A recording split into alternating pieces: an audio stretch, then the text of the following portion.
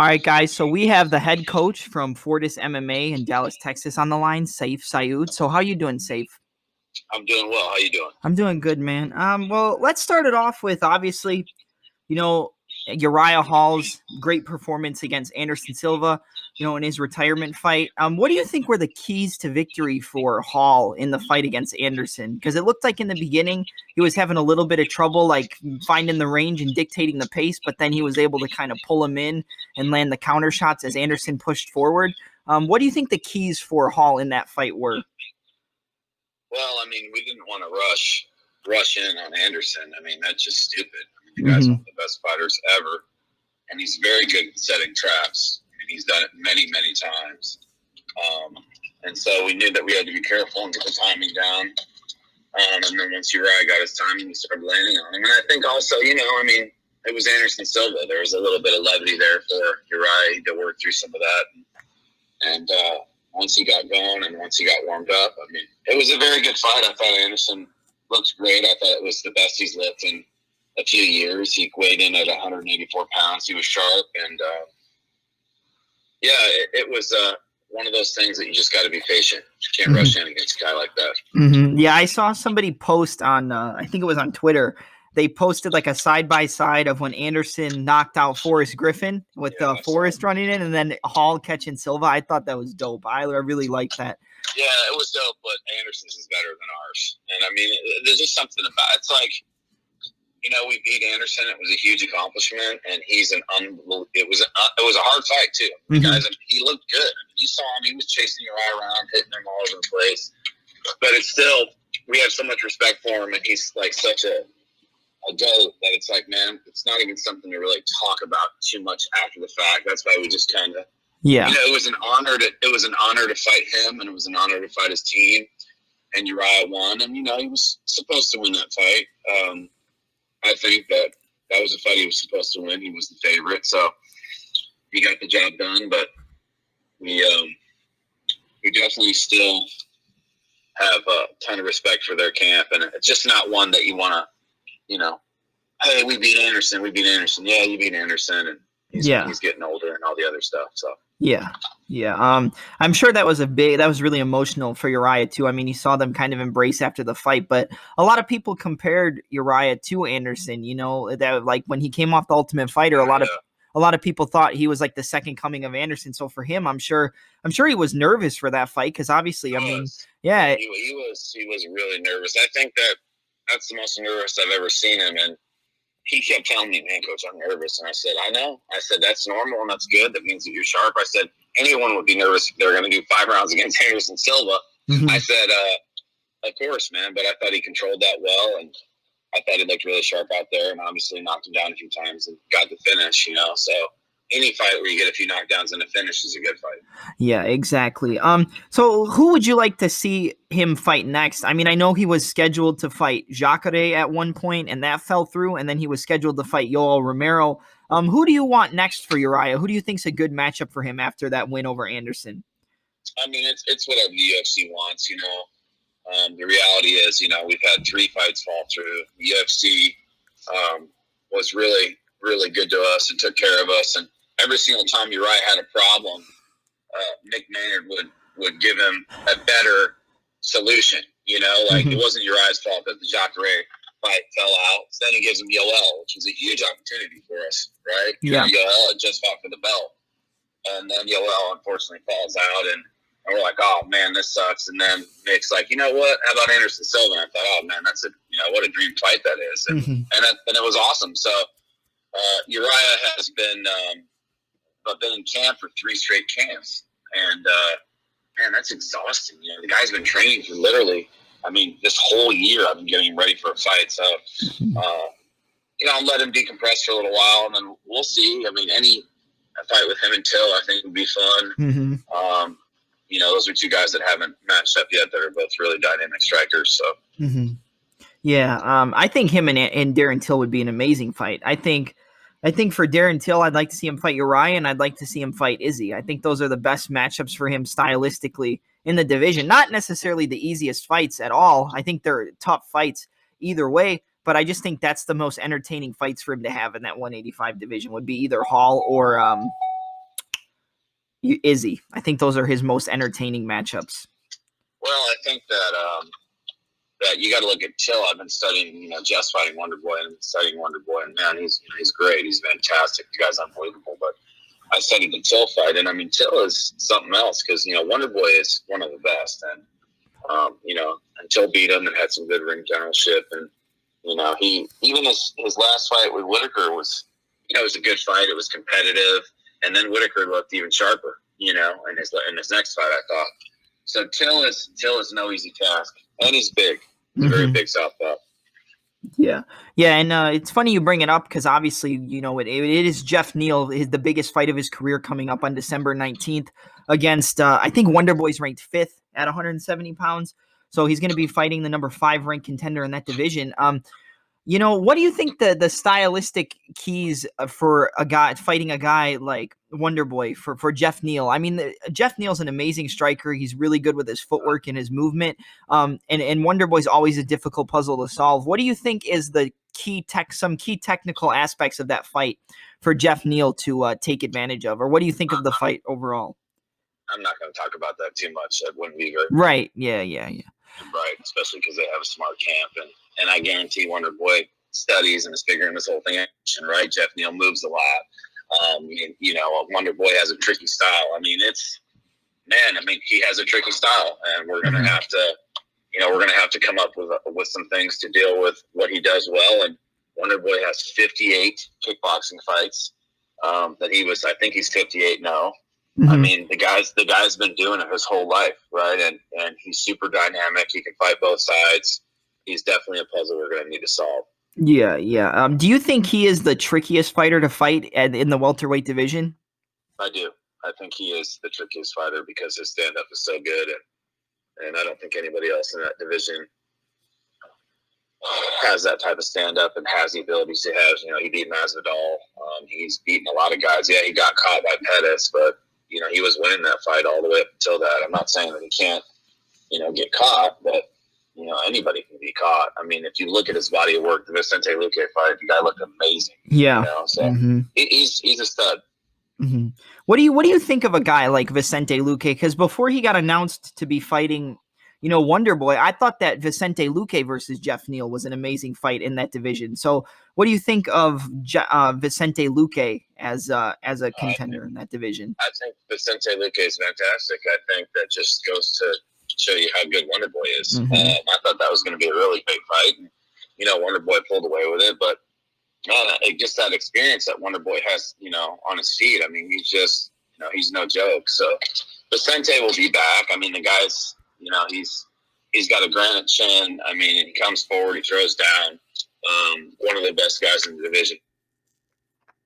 And a fun guy to watch, too. He'll be back. Yeah. Obviously, Geoff Neal, and we don't have to talk about it too much. He had that really awful health scare recently that caused him to pull out of the fight. How tough was that for you to deal with as a coach when your fighter is so sick? Man, it was crazy because he called me, and Geoff just doesn't complain about anything. I mean, he's the type of guy that could break his leg and drive himself to the hospital. I mean, he's just so damn tough. And he told me, he's like, "Hey, coach, I ain't feeling too well." And I was like, "All right." So we kept sending him to all these doctors, and I kept telling him, "Oh, it's something viral. We don't know. You're fine. Here's an IV." And then he would go home, and then he would send me a message like, "Hey, coach, man, it's getting worse." And that went on for a few days. Yeah. My personal doctor, Dr. Lissy, thank God he ordered some specific tests for Geoff, and we finally started to kind of find out what was going on. But by that point, he was already really, really sick. He had to go on dialysis. I mean, all kinds of crazy stuff. Yeah. But he's fine. It really was rough. He hadn't fought yet. We had coronavirus, and he was supposed to fight Neil Magny, and then he loses that opportunity, and that was unfortunate. He was looking forward to that fight, and then we're lucky enough to get the Wonderboy fight, and I really feel like we didn't skip a beat, because I think if we would have fought Neil Magny and that fight would have went our way, then we'd have to fight Wonderboy anyway. So. Yeah, exactly. You have another fighter competing this upcoming weekend, I believe, Abdul Razak Al Hassan. What do you think about him as a competitor, as a fighter? And he's got a fight coming up against Chaos Williams. What do you think of Abdul Razak Al Hassan? Oh, Abdul's at one point was one of the best guys at welterweight. He went through some unfortunate things, and was vindicated. But it was a hard time for him, and it took a few years to get through all that. And I mean, for a guy to sit on the shelf in his prime, for a few years for something that was unjust is sad. And now he's back, and he's just getting some of that ring rust off. I mean, in his last fight, he didn't perform like he should have, and he knows that. But when a guy has over 2 years off, man, it's not easy. So a sharp Razak is one of the most dangerous guys in the division. Everybody knows that. He has 10 first-round knockouts. Mm-hmm. I mean, the guy hits harder than I think maybe anybody pound per pound in the UFC. I mean, he hits so hard. Yeah. He's definitely on that list. Mm-hmm. 10 first-round knockouts, go find that somewhere else. You're not going to find that with a lot of people. So, yeah, I just want to see him get his life back and start, being able to pursue what he loves and pursue his passion and his career. And I'm hopeful that, he will find his rhythm and be the threat that he is.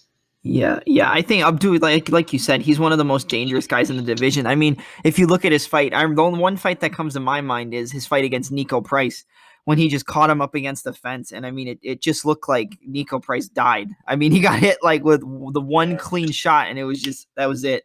Done. Let me tell you, Nico Price is so tough too. So that's really tells you the power of Razak, because, we fought him a couple times. Geoff fought him too, and he's no joke, and he's a really tough dude.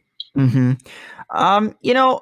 Who is one coach that you either take some methods from, or a coach you'd really like to sit down and work with at some point? Who would it be like a guy like Fortis? Would it be somebody like Mike Brown? Who is a coach you haven't gotten to work with, or one you've gotten to work with that you really tend to vibe with and take some stuff off of? Is there any coach in particular that you really look up to?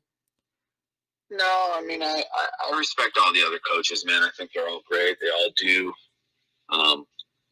their own thing, their own way, and in a great way. I competed against all these coaches as well, many times in the UFC, and I have tons of respect for all of them. But I'm old school, man. Greg Jackson was my coach, mm-hmm.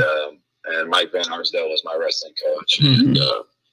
I love those guys, and every time I see Greg, I go, there's the greatest coach in the world. And he's always like, yeah, whatever, where? He always goes, where?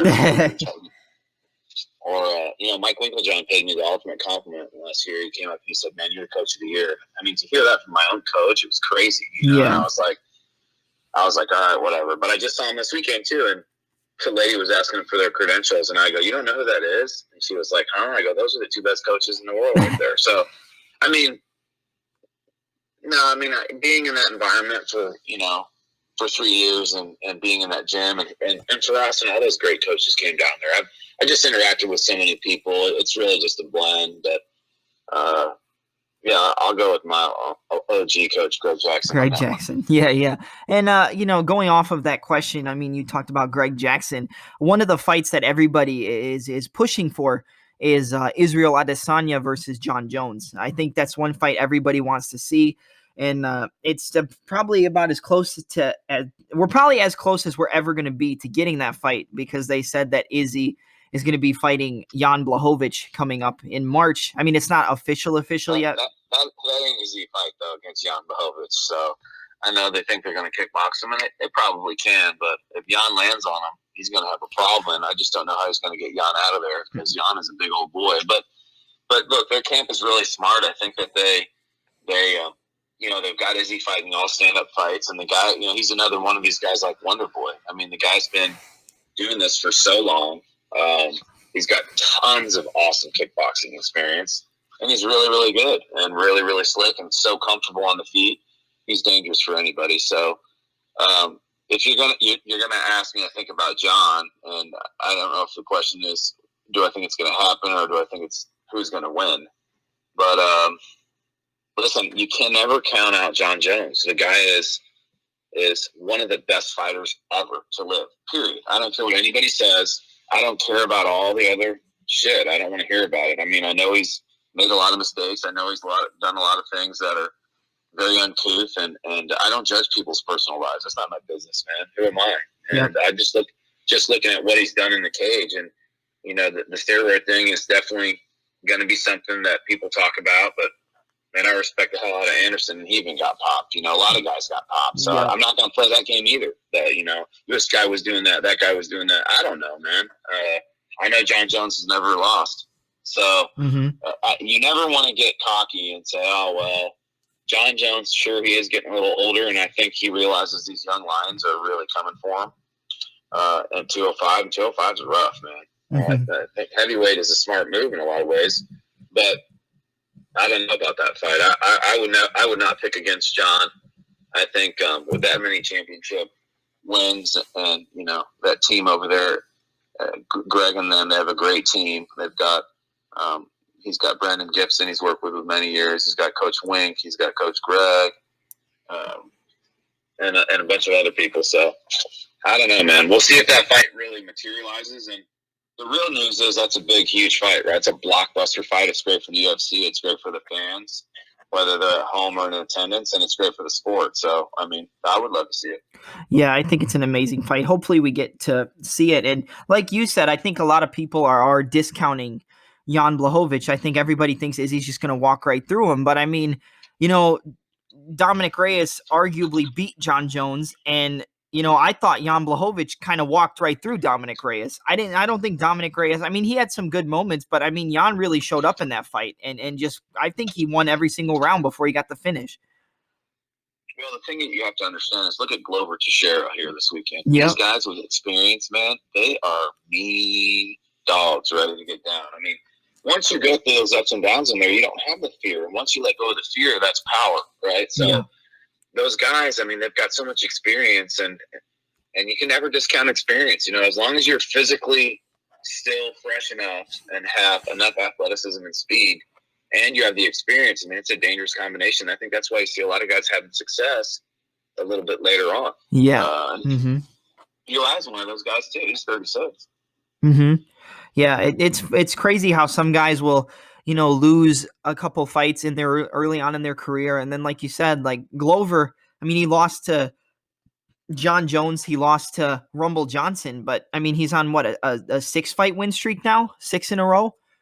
Yeah, Glover is no joke. I mean, on the ground, and his fight IQ is so high. I mean, you know, he got rocked against Santos a few times because that's my guy, man. He's a heavy hitter. Yeah. I mean, he puts a lot of pop into his shots, but you know, you saw Glover just fight through all that and then eventually secure the win. So I think that you just got to understand that you've got to really respect the vets, man. You cannot start, you know, thinking you've got it all figured out, because those guys that are at the top level, you know, in the top 5 and 10 that have been there for a long time, they're there for a reason. Yeah, I think you hit the nail right on the head with that one. You know, we obviously talked about other coaches and everything like that. Who is one fighter that you haven't got to work with yet? And who is somebody you would like to get some work in with, whether it's a pro MMA fighter from the UFC, Bellator 1? Is there anyone in particular you haven't gotten to work with that you really want to get some work in with? Man, I'll give you my honest answer on that one. I've got so many fighters that, you know, we have at the gym right now. I mean, I don't even get a chance to sit down and think about when I'm going to spend time with my own kids. So, like, there's nobody on that short list. So I'm like, oh, I wish I could work with him. I like to grow people from the start. You know, Uriah's a rare case for me. I've got like 17 or 18 in the UFC right now, and almost every single one of them have been with me the whole time. So, we just do things a little bit different here, and it's a little bit more organic in that sense that we don't have guys coming in, doing some camps and leaving. We don't really do that because I don't think that's good for a program. I don't think it's good for a gym. And I don't think it's good for the longevity of a gym success. So, it's a harder road and it's a longer road, but it's the road that we're taking. And the one person I want to work with more than anybody is my daughter right now, my 9-year-old daughter on her jits. She did her first tournament. She did her first tournament before COVID, and and she got on the podium, and I was coaching her, and I was super proud of her. I mean, it was awesome. Yeah. Some MMA fans come up to me and they say, "Is it? Aren't you?" And I'm like, "Nah." They go, "Is that your daughter?" I go, "Yeah." They go, "Oh, that makes sense." I said, "Yeah." So, yeah, man. Fighter wise, I get that gas tank is totally full. I get it. 100%. One fight that's coming up recently I think it's at 256 is Peter Yan versus Aljamain Sterling. And that's one of the fights I'm looking forward to the most out of everything that's coming up. I mean, what do you think of that matchup in particular? Go ahead. Awesome. Yeah. Awesome matchup, man. That's awesome. I mean, listen, Aljamain Sterling came out. Listen, Corey Sandhagen is a monster. Phenomenal. The guy is a real problem, yep. you know, and I've known that for a long time. You know, those guys have been working with him for a long period of time, bringing that guy up, and the guy's his length, his creativity, he is dangerous. And Aljamain took him out. I mean, I know he probably slipped up. I know it was whatever, but you got to judge it for what it was. And I mean, Aljamain took him out so easily. To sleep on Aljamain at this point would just be silly. But Jan is a stud, man. I mean, the only thing is that Aljamain is a little bit bigger than him, I think, sizably as far as length goes. And if he gets him down, that could create a problem for Peter Yan. But Peter Yan is a powerhouse puncher, and you know, Marias, a smaller, compact guy, took Aljamain out too. You know, so man, MMA math doesn't always work, but that's a real interesting fight. But again, cannot sleep on Aljamain Sterling with how he took out Sandhagen and his grappling ability. Really first class. Yeah, when you look at it, I mean, like you said, he ran right through Corey, and maybe it was a slip up, maybe he wasn't there mentally, but he ran right through him. And then you look at what Sandhagen did to Moraes. I mean, I thought Sandhagen was going to win that fight, but I didn't expect him to run through Marlon like he did. I mean, Marlon barely landed anything on Corey, and then to get hit with the spinning wheel kick, you know, and get finished the way that he did. I mean, that just makes Aljamain look better. It makes Corey look amazing because he beat Marlon, but it makes Aljamain look even better because of how quickly he took him out. Yeah, I mean, the thing is, at that level, man, those guys are all so good. Marlon is such a stud, too. I mean, I love that guy. He's a stud. I mean, those guys are all so good that, you know, it's all about who's surging and who's fighting well and has confidence at that time, too. And I think Aljamain has a lot of confidence right now and is peaking, you know, and so he's dangerous. Yeah, 100%. Going back on like coaching and everything, and you getting to see a lot of different styles, a lot of different body types and everything. What is a key aspect of footwork or movement that you think a lot of people tend to overlook? Like, I don't want to have you give anything away, but what's something you tend to see a lot of people neglect in terms of the footwork and the movement and stuff like that?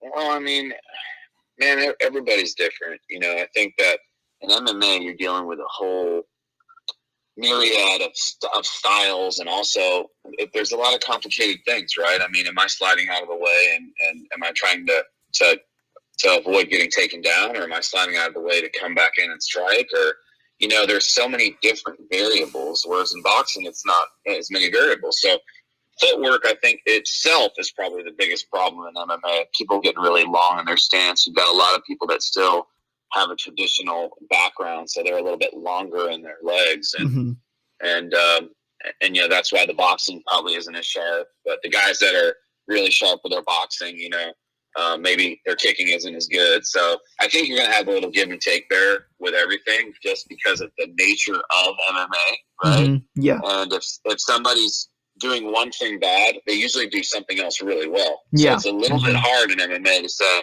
well, this guy's footwork is bad. Look at Wonderboy, who stands like a point fighter in karate. You want to go fight that guy? He's going to kick you right in the face. Yep.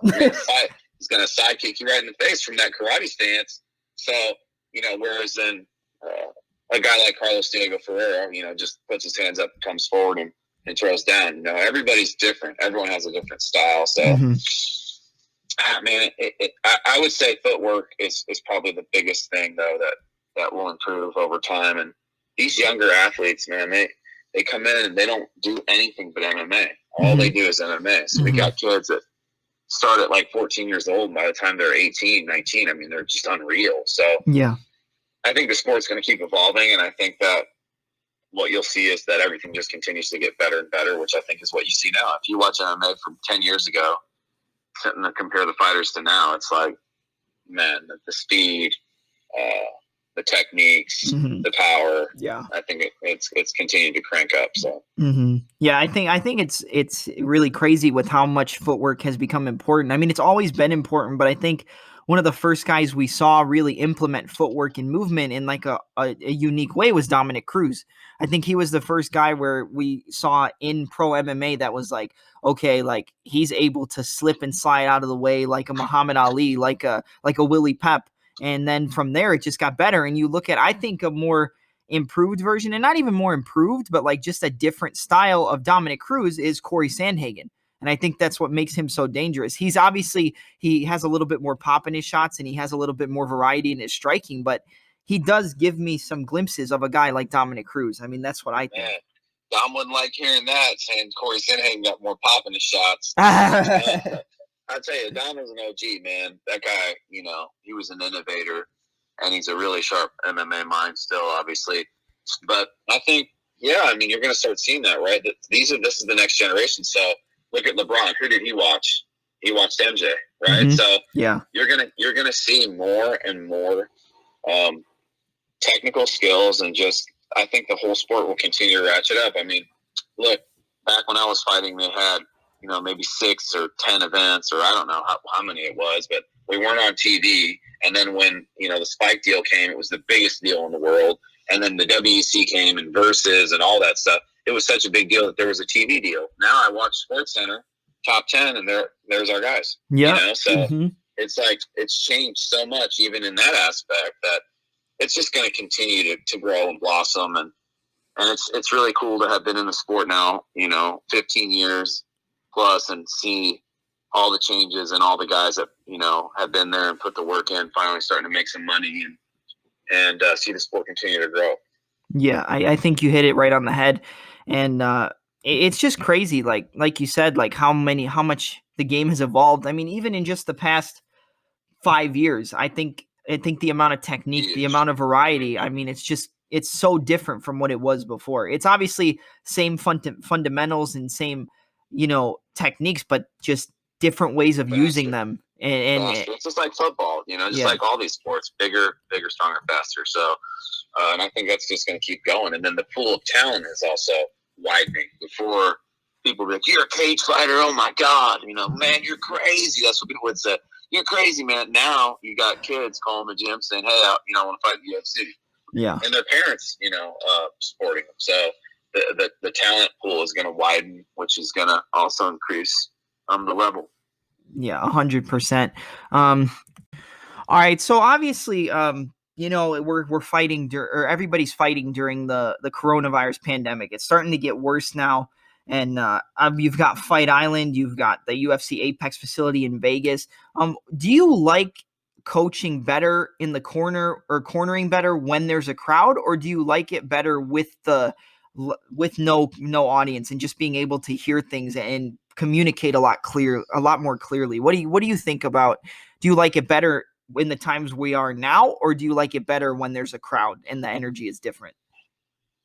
Yeah, I mean, I think that there's pros and cons to both, right? Like the coronavirus, the UFC has done an unreal job, led from the front on that. I mean, just was like, "Hey, we're doing this," and I mean, guys need to work, man. I mean, listen, people can't just not work for 6 months and 8 months, and I mean, our society is just not built that way. So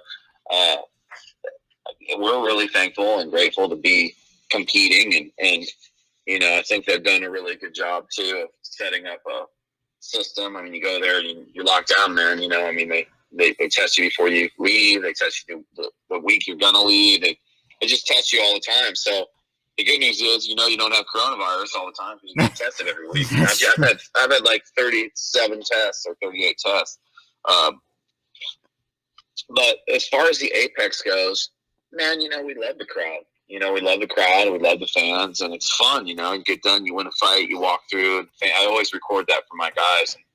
And, fans are, "Hey, man, can I get a picture? Man, awesome job." And it's part of it, the roar of the crowd. And, Yeah, of course we missed that, man. I saw everybody at Notre Dame around the field the other day, and I was like, oh, hell yeah. It made me happy to see everybody just, loving sports again. And then I was like, man, they probably shouldn't all be running close like that to each other, right? So it's like mixed emotions. With the Apex, it's easy, it's clear, you can communicate really, really well, but, it kind of feels like the contender all the time, too. So it's got positives and negatives. Yeah, exactly. I think with everything, there's positives and negatives. I've Correct. From who I've talked to, a lot of people like the no crowd better because they think that it's easier to communicate to your fighters because, they can hear you. But, I think that there's a lot of guys who might compete better under the pressure of, 10,000 people screaming at them, whether it's support or, hate. When they got the crowd, it makes them show up a little bit more. A lot of people, I think it influences the judging too a little bit, knockdowns and the crowd's response and stuff too. But what I'll go back to is, man, it's not about us, like coaching, having fought. It's like you got to shut up and do what the hell your coach says the whole camp, all the way up until the end. But man, the week of the fight, it's about the guy, and you want him to have fun out there, and when it's dead quiet, sometimes it's not as fun, where there's a huge roar of a crowd. Well, it's just a different feeling, and then sharing that energy with everybody, and getting the love or the booze or whatever. It's all part of the experience. So yeah. All right. Well, that's just about all the questions I had for you today. I just want to say thank you again for giving me the opportunity to interview you. And do you have any questions for me? No. Hey, I appreciate it, man. You ever need anything, let me know. Okay. Thank you, man. I'll talk to you later. All right. Take care, man. Bye.